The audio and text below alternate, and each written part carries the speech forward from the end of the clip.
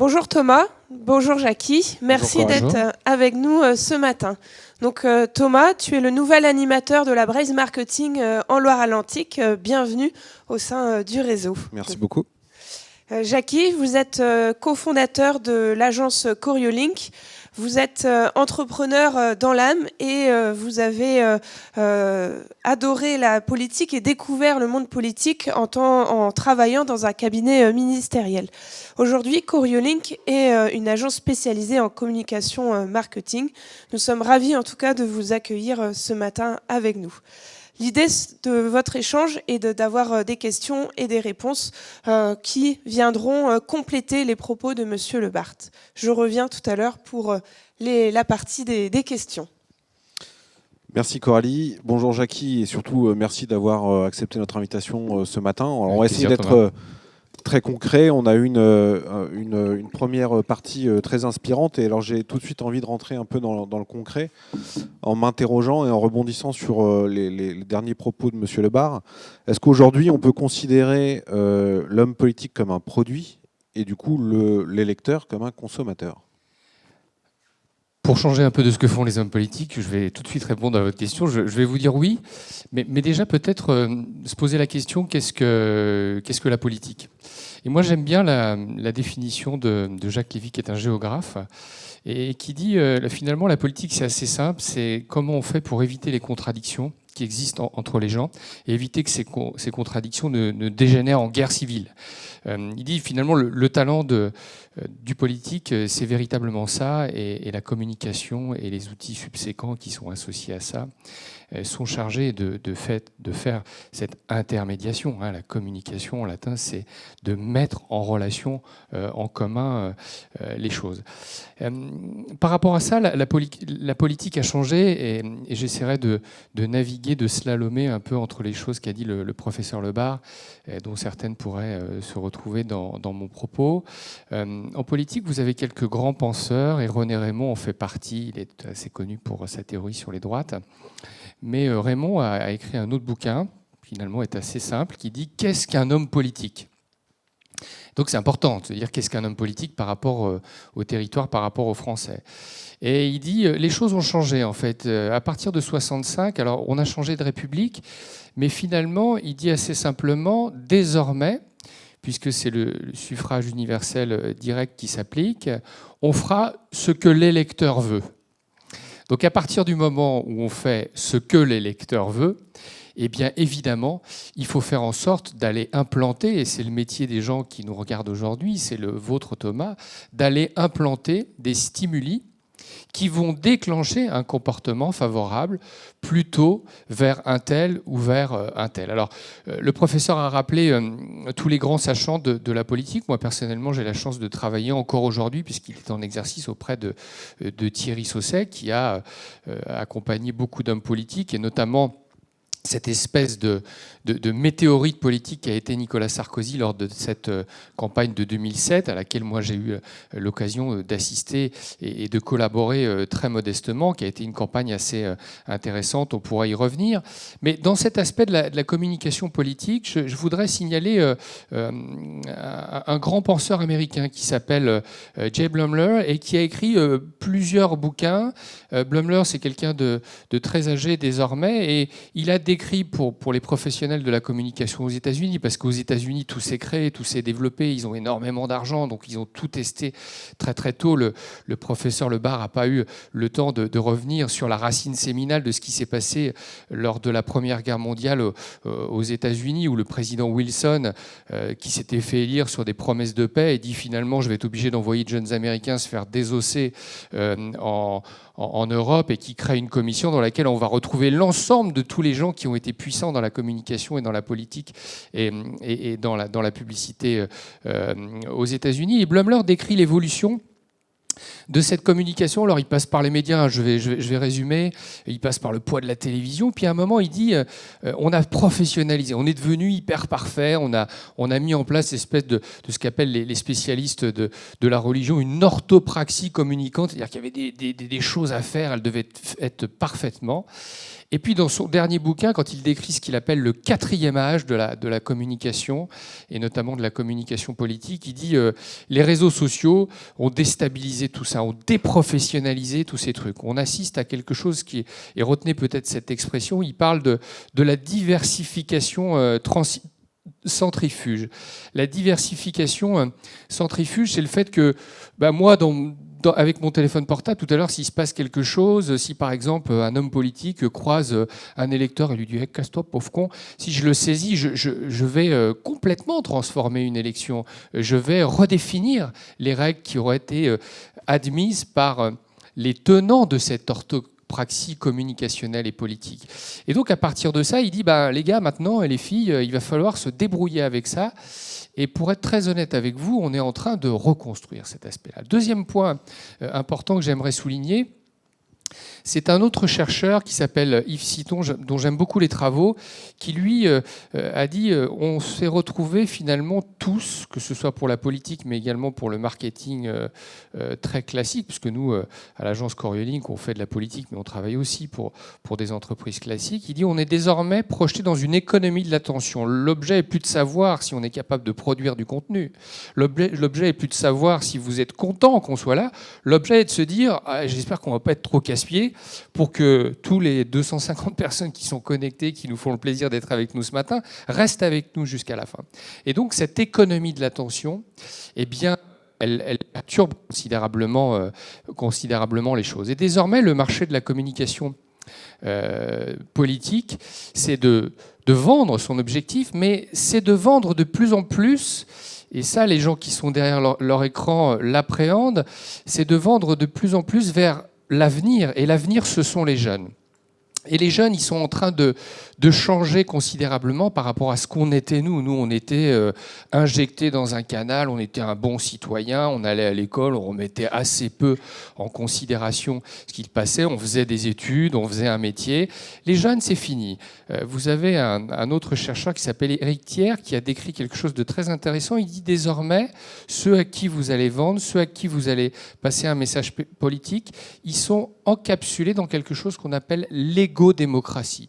Et il dit, retenez un truc, ils sont un peu entre Antigone et Narcisse. Donc ils sont toujours révoltés, mais en même temps, leur révolte, elle est toujours super auto-centrée. Et donc, on est loin de la théorie de McLuhan, vous savez, qui disait « the medium is the message ». Et c'est un point important pour les entreprises, mais c'est également un point extrêmement important pour les politiques, parce que jusque-là, on a beaucoup parlé d'ubérisation dans le domaine de l'économie traditionnelle, mais assez peu en politique. Regardez, je vais dire un truc tout bête, mais si vous dites « je pense qu'on devrait pouvoir voter à distance », je pense qu'on devrait pouvoir faire comme on fait ce matin et d'être derrière notre ordinateur, non pas comme le général de Gaulle en pyjama, quoique on fait vraiment ce qu'on veut, et dire tiens, je vote pour un tel, je vote pour une telle. On vous dit ah non monsieur, c'est pas possible. Et on vous sort tout un tas d'excuses sur la cybersécurité. Ok, nous on a envie de leur dire écoute, Amazon est le plus fort parce qu'Amazon dit à ses clients t'inquiète pas, je m'occupe de toi. Et si ton fournisseur est pas bon, moi je vais lui rappeler les règles. Et donc toi en tant que consommateur, tu seras rassuré. Le politique doit nous rassurer. On se fiche de savoir s'il y a des problèmes de cybersécurité. Ils ont inventé la police pour qu'on ne puisse pas venir vous voler votre vélo.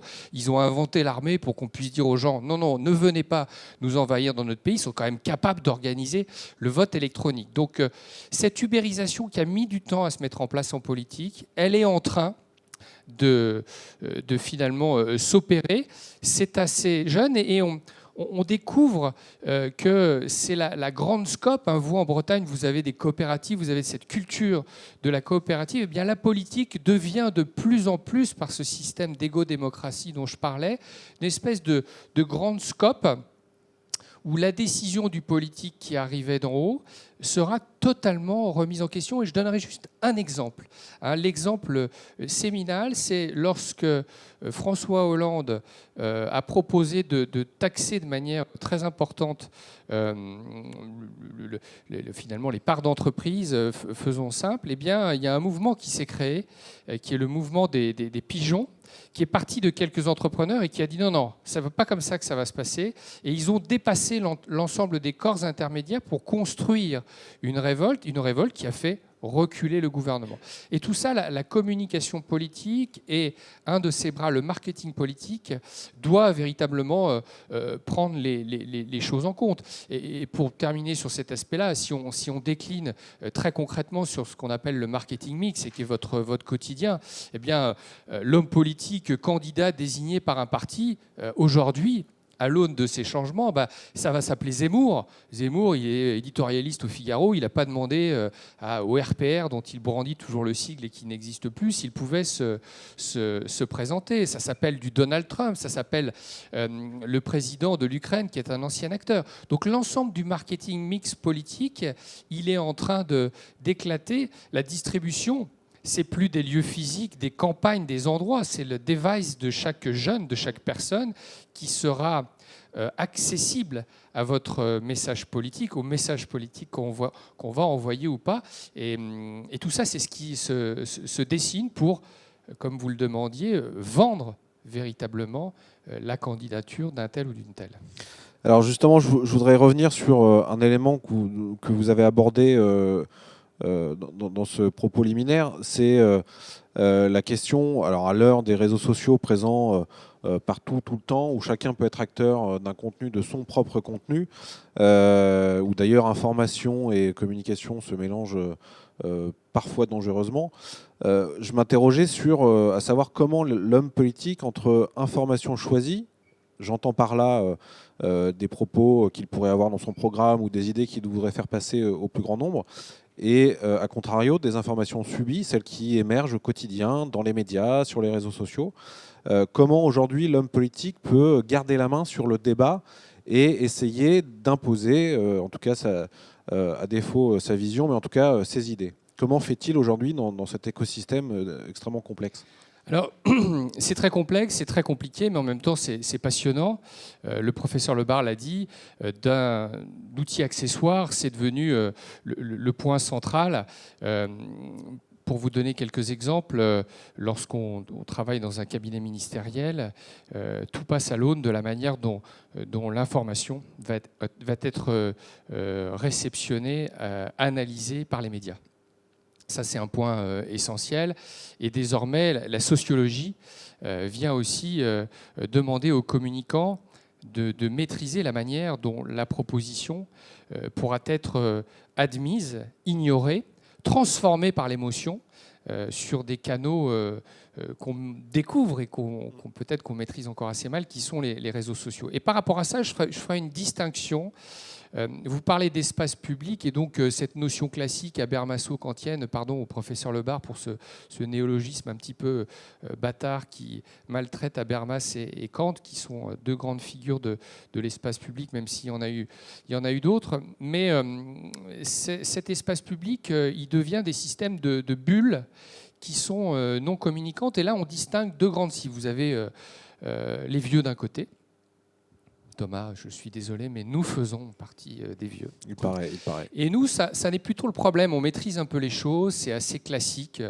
Les moyens habituels, on réagit beaucoup à ce que les spécialistes appellent l'agenda setting, c'est-à-dire la manière de mettre un événement, de mettre une proposition, de mettre un engagement au cœur de la discussion, donc dans les médias, et puis toutes les choses qui peuvent graviter autour des médias et les outils qui vont relayer. Donc le public des vieux, eh bien, lui, on le maîtrise assez bien et contenir tout ça et continuer à se dire qu'on est dans l'info choisie, eh bien, que ce soit le travail avec les think tanks, que ce soit les temps institutionnels de la démocratie, les élections partisanes, le renouvellement du président de la République ou des députés, cet espace des vieux, on le maîtrise assez bien et on sait comment faire. Voyez-vous, au moment des élections, chaque homme politique décide d'écrire un bouquin Bon, vous le savez, parce que si vous souhaitez avoir enfin cette réponse que nous donnent jamais les journalistes, est-ce que ça se vend vraiment?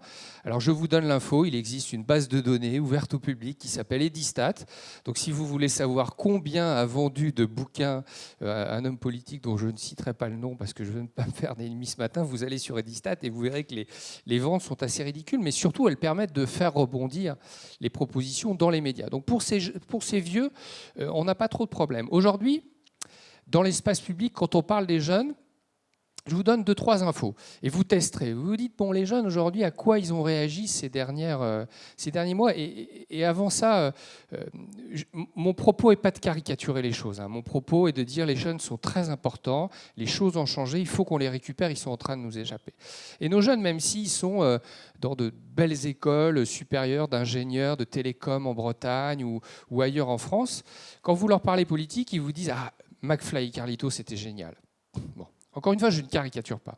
Je pense que le président a bien fait de faire ça.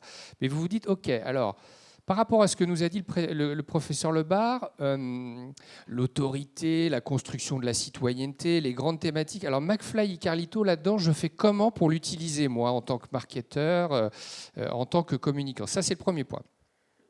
Deuxième point, vous leur dites, c'est qui le ministre que tu connais le plus? Ah, ils disent Jean-Baptiste Djebbari, il est génial. Tu dis, alors moi je le connais, mais Jean-Baptiste qui? Tu sais, le beau gosse là, qui fait des vidéos sur TikTok qui sont géniales. Et ces vidéos sont vraiment géniales. Moi, ma fille m'a fait voir Jean-Baptiste Djebbari, que je connaissais, je savais que c'était un ancien pilote de ligne, je connaissais à peu près son CV, comme toute personne qui travaille là-dedans. Mais je me suis dit, ce type est en train de devenir une star, alors que concrètement, Jean-Baptiste Djebbari, pour mettre à l'agenda politique une communication, une réunion interministérielle avec le Premier ministre, ça doit lui arriver 2 fois dans sa carrière. C'est une star sur les réseaux sociaux. Il parle à votre fille, il parle à votre fils. Donc ces jeunes-là, on doit composer avec. Troisième point, vous avez de grands rhéteurs, vous avez des gens qui maîtrisent parfaitement bien la rhétorique, et parmi ces gens-là, il y a Jean-Luc Mélenchon. Quand Jean-Luc Mélenchon arrive dans un meeting, quand il arrive sur un plateau, ça a de la gueule, il sait parler, sa dialectique, sa rhétorique, c'est le rêve de tous les gens qui forment des spécialistes de la communication et du marketing politique. Sa phrase la plus connue à Mélenchon, c'est une phrase de Weshden, qui est donc une influenceuse, qui a été révélée par les réseaux sociaux et qui n'est pas française. C'est « Macron tue hors de ma vue ». Et donc, quand les jeunes voient Mélenchon et se disent « est-ce qu'il est intéressant en tant qu'homme politique ?» Leur premier contact, et encore une fois, je le répète, je ne caricature pas. Vous savez, en tant que spécialiste, que le premier contact avec un produit, le premier contact avec un service, il est essentiel. Un des premiers contacts, par exemple, avec Mélenchon, ça va être une phrase qui n'a pas de verbe. Voilà. Donc, les choses sont en train de se transformer. Notre stratégie habituelle de prise de parole qui passait par la définition du logos, donc la logique aristotélicienne, platonicienne, classique des Grecs, l'éthos, la manière dont je mets en avant mon expertise, le pathos, les émotions que je vais diffuser pour faire adhérer les gens dans leur âme, dans leur chair à ma fonction politicienne, tout ça est en train de voler en éclats. Et donc, pour choisir et ne pas subir, dans les prochaines années, il va falloir découvrir quelles sont les nouvelles règles pour communiquer efficacement aux politiques. Et je le dis une deuxième fois, je le redirai tout au long de cette intervention, rattraper nos jeunes et les faire revenir dans le champ de la démocratie traditionnelle. Ces enjeux ne sont pas encore bien maîtrisés, ces réponses ne sont pas encore totalement maîtrisées par l'ensemble des professionnels. Alors, si je comprends bien, il y a un rapport de séduction qui évolue beaucoup avec ces nouveaux médias. Mais derrière cette notion de séduction, et on en a longuement parlé pendant la préparation de cette matinée, il y a un autre élément qui, pour le coup, touche tous les marketeurs du monde, c'est la question de l'insight.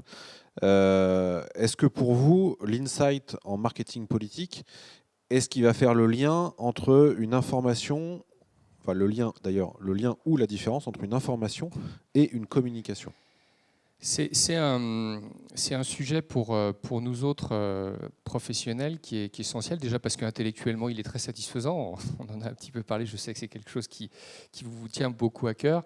C'est capter l'imprononcé, c'est comme ça que Derrida parlait à propos du style de Heidegger. Et donc l'insight dans une campagne, pour revenir un peu à ce qui se passe et ce qui a pu se passer, c'est finalement le sujet à un moment sur lequel la campagne va cristalliser. Moi, quand je forme des gens et que je leur explique l'insight, je leur donne l'exemple de la campagne de Volkswagen. Vous vous souvenez, Volkswagen est arrivé à un moment avec des campagnes extrêmement décalées. Vous aviez cette campagne sur le monospace.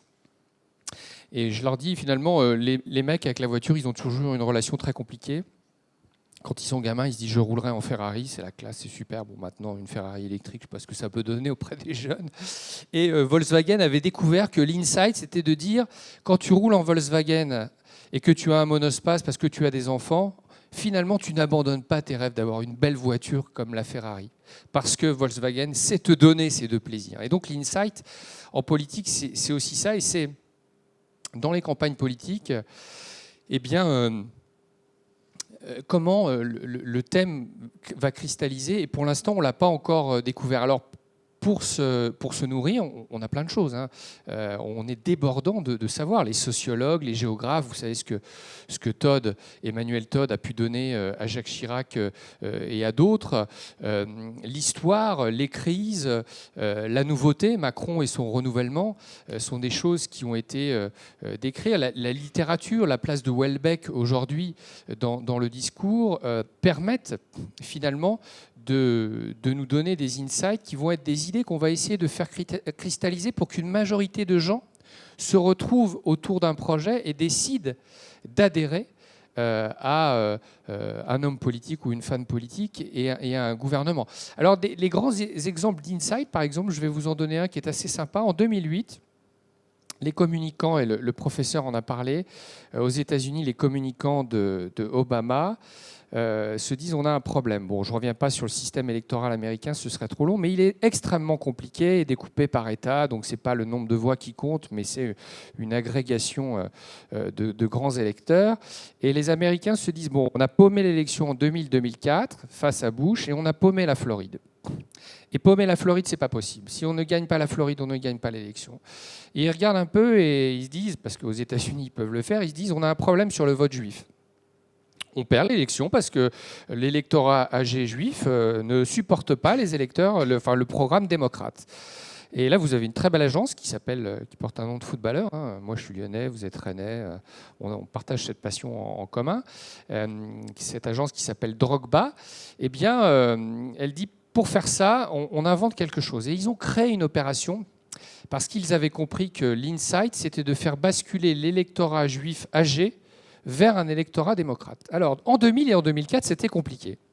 Mais en 2008, c'est Obama. Et qu'est-ce qu'on disait en 2008 aux États-Unis d'Obama? Vous vous en souvenez, on disait « Obama, je crois qu'il est musulman ». Et ça voulait dire « Obama, je crois qu'il est ouvert aux théories islamistes ». Et alors, pour vendre tout ça, bon courage. Et donc, Drogba a inventé une opération qui s'appelle le Great Schlep. En anglais, Schlep, ça veut dire se traîner quelque part.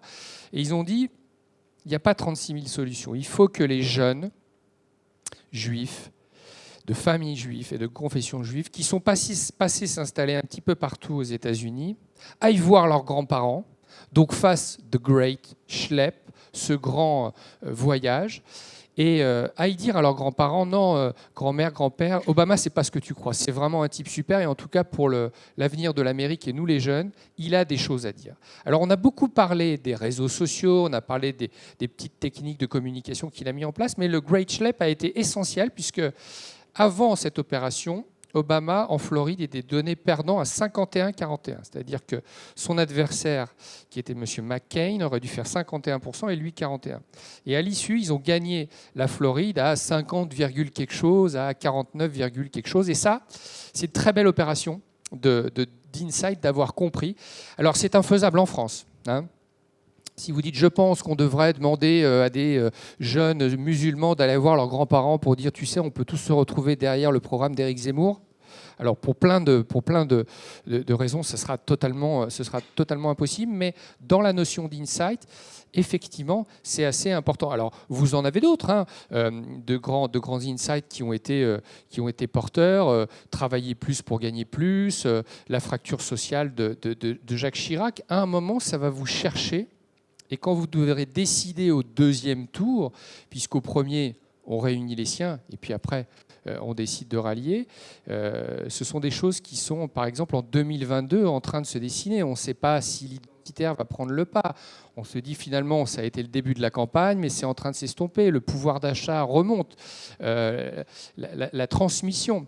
La succession, il se trouve que nous, on est l'agence du gouvernement qui s'appelle le Conseil d'analyse économique. On a présenté cette grande étude qui est dans tous les médias, qui est de dire, en France, on a une relation complexe avec l'héritage, il faut revoir la fiscalité. Vous avez vu que ça transpire un peu partout. Est-ce que ça va être un des insights qui permettra aux vainqueurs de faire adhérer? Tout ça est en train de se construire et les insights sont essentiels, évidemment.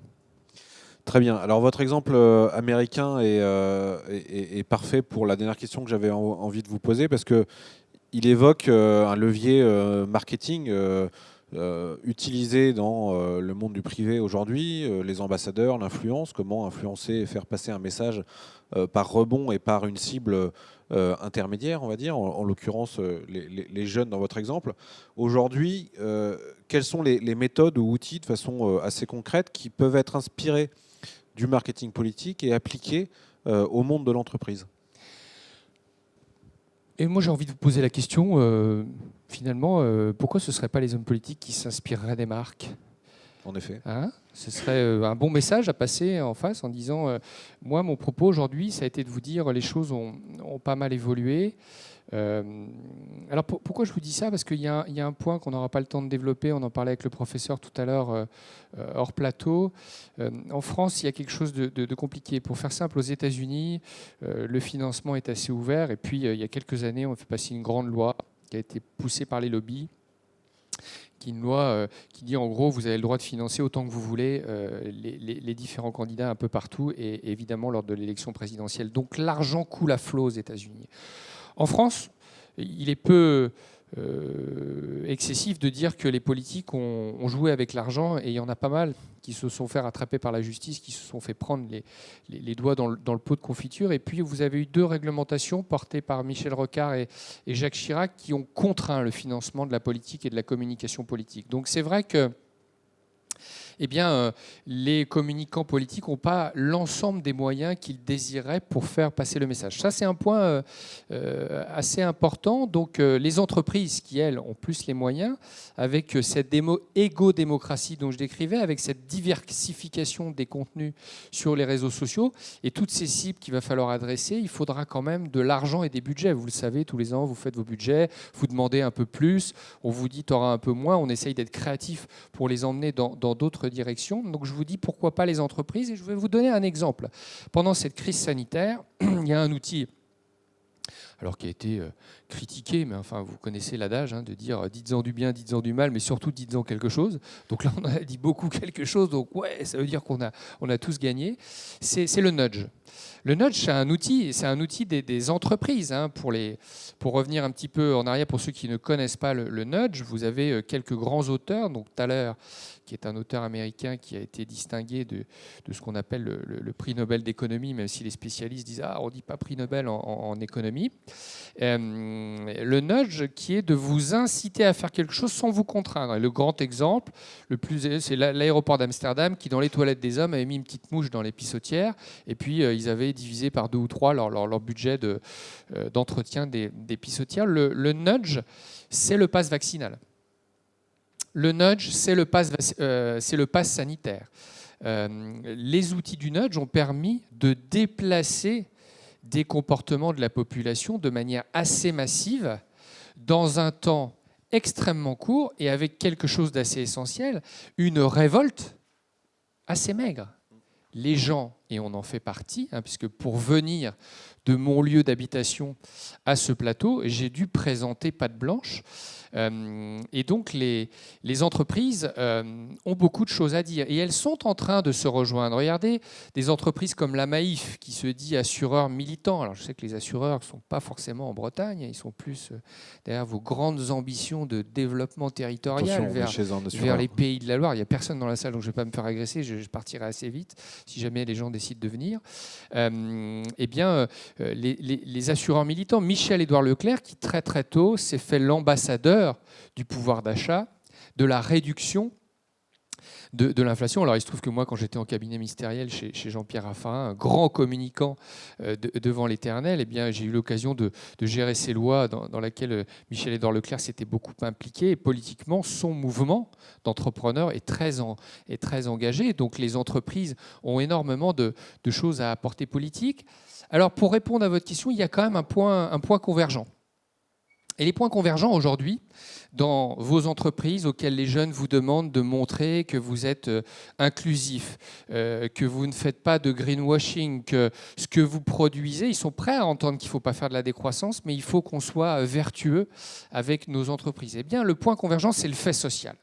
C'est le fait social au sens où le décrivait Durkheim, un grand sociologue français, qui dit c'est toute manière de faire qui exerce une contrainte sur l'individu. Et en ce moment, les faits sociaux qui peuvent nous rejoindre, le politique et l'entreprise, et là je vais vous faire un peu peur, c'est tout un tas de thèmes qui émergent, et on pourra peut-être poser la question aux professeurs, c'est tous ces termes qui émergent de l'université, des faits sociaux, qui alors pour l'instant font peur aux entreprises et aux politiques, qui sont, on l'appelle intersectionnalité, donc l'intersectionnalité c'est un terme qui dit de manière négative des choses qui évoluent.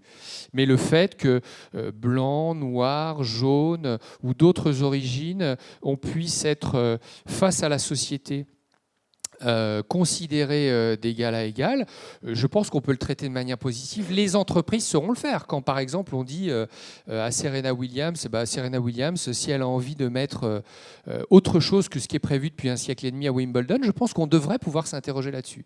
Ça, c'est une forme d'intersectionnalité, mais c'est très positif. Toutes les notions, par exemple, du wokisme, qui sont très difficiles, il faut arriver à les positiver. Ces faits sociaux-là sont en train d'émerger. Ils émergent pour les gens qui essayent d'analyser ce qu'on appelle dans ces univers-là le dialogue civil, et émergent beaucoup à l'université. Et ces faits sociaux devront être travaillés par les entreprises parce que ça sera un élément majeur de leur communication demain. Ce sont des faits sociaux, donc forcément le social appartient au politique et va voir se rejoindre ces deux univers. Donc aujourd'hui, ce sont des univers qui vont s'interpénétrer et qui vont s'apprendre des choses communément. Après, de manière assez classique, eh bien, vous savez comment on construit de l'engagement en politique et comment on crée du narratif. C'est assez simple. Les ressorts du politique, ils proviennent des grands récits classiques et traditionnels. Et pour faire simple, ces grands récits, que ce soit la religion ou que ce soit les totalitarismes, ils ont quelques ressorts qui sont identiques. Un, eh bien, c'est l'espérance d'un jour meilleur. Ce matin encore, je lisais le journal avant d'arriver, et un des responsables de la campagne de Valérie Pécresse disait « il faut qu'elle trouve la thématique d'espérance pour y arriver ». Donc vous voyez, cristallisation de la thématique espérance, qui est un thème assez classique. Et puis, le bien versus le mal. Dans toute campagne, vous avez le bien qui vous est décrit et le mal. Mon ennemi, c'est la finance. Elle n'a pas de visage, elle n'a pas de... Oui, c'est le bien contre le mal. Si vous voulez vous amuser, par exemple, à voir comment on a fait cette distinction, achetez les bouquins de Thierry Volton sur le communisme, vous verrez la manière dont on est arrivé à vendre ça. Si vous voulez vous inspirer dans votre métier de communicant au quotidien, achetez le bouquin Propagande de David Colomb qui décrit l'ensemble des outils. Ce sont des bouquins formidables. Mais pour revenir sur votre question, le politique sait construire de l'engagement et du narratif, et ça va permettre, dans les deux parties que j'ai déroulées, aux politiques et aux entreprises désormais de se nourrir et non pas d'attendre de l'un ou de l'autre des innovations, et notamment, je terminerai là-dessus parce que c'est un point essentiel, pour adresser nos jeunes. Gardez un truc en tête, la dernière enquête, les dernières enquêtes qui ont été publiées très récemment par le CEVIPOF, donc le centre de recherche de Sciences Po, et les travaux d'un type génial que moi j'aime beaucoup parce qu'il est intelligent et en plus c'est un mec adorable qui s'appelle Bruno Cotresse, sur la confiance en France. Et sur la partie des jeunes, ils vous disent attention, les jeunes sont en train de sortir du schéma démocratique traditionnel. Quand vous leur dites la démocratie représentative, ça les séduit plus. Le taux d'abstention lors des élections régionales de l'année dernière, c'est plus de 80%. Pour ce qui concerne les jeunes, et la partie 18-25 ans, je passe sur le contrôle de quelqu'un s'il y en a, parce que j'ai plus le chiffre en tête, mais je crois que ça flirte avec les 90%. C'est essentiel. Quand vous leur dites, quel est le point essentiel qui donne de l'incarnation ? Quand on parle de séduction en politique, il y a un point essentiel, c'est de dire comment l'homme politique incarne la fonction. Et dans l'incarnation, vous avez quelque chose qui provient sans doute un peu de ce que le général de Gaulle a instillé dans la société, vous avez l'autorité. Et aujourd'hui, les jeunes, ils vous disent la figure autoritaire, elle est très importante et on aimerait d'ailleurs qu'elle soit un peu plus présente et pas forcément de la valider à chaque fois dans les élections représentatives. Et pour vous sortir quelque chose qui va sans doute vous étonner, si vous faites des micro-segments électoraux, eh bien vous vous apercevez que les jeunes avec Macron, ils sont à 55% très séduits par la notion d'autorité un peu jupitérienne. Les jeunes qui votent pour Fillon, c'est 35%. Naturellement, moi, quand j'ai vu les chiffres, je me suis dit, alors dis donc, je tombe de ma chaise. Je ne pensais pas du tout que c'était ça. Et puis, le dernier point, les jeunes, ils vous disent, vous savez, pour faire avancer les choses aujourd'hui, un petit peu de violence, c'est pas forcément négatif. Si, je suis désolé, camarades, la violence, c'est extrêmement négatif.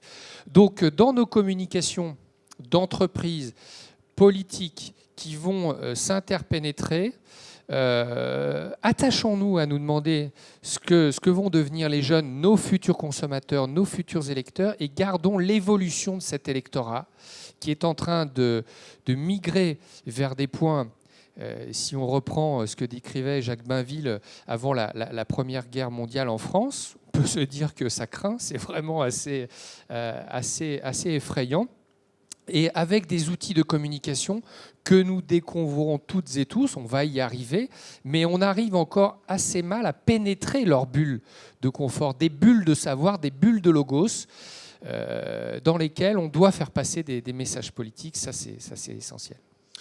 Sujet passionnant. Malheureusement, le temps nous est compté, donc me reste à vous remercier pour ce moment. On pourrait le prolonger. Merci, sur plein de thématiques. On en parlera à Coralie pour peut-être faire un deuxième tour un jour. Coralie va nous rejoindre pour la troisième partie. Merci en effet pour cette intervention très intéressante dans le prolongement de l'intervention de Monsieur Lebart qui nous éclaire vraiment sur le sujet et les différents enjeux du marketing politique.